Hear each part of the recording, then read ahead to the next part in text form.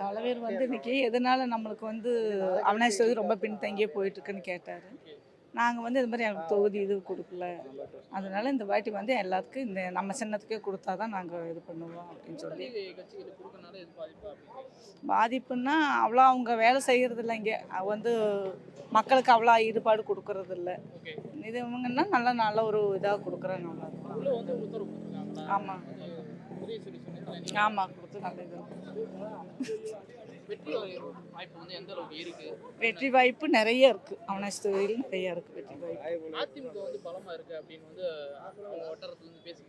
அதிமுக இருக்குது, ஆனால் இந்த வாட்டி அவ்வளோ இதாக ரெண்டிங்கில் இல்லை. இந்த வாட்டி தலைவர் செஞ்சது நிறைய இலவச பஸ்ஸு, அப்புறம் மகளிருக்கு 1000 ரூபா, அது போக படிக்கிற பிள்ளைகளுக்கு 1000 ரூபா, அது போக சத்துணவு திட்டம், காலையில் உணவு திட்டம், இதெல்லாம் நிறைய கொடுத்தனால நிறைய இருக்குது. அது சொல்கிறக்கே இல்லை, நிறைய அளவில்லாத அளவுக்கு நிறைய செஞ்சுருக்கிறாரு. அது வந்து அந்த அளவுக்கு இருக்குது. அதனால வெற்றி வாய்ப்புக்கு நிறைய வாய்ப்புகள் இருக்குது.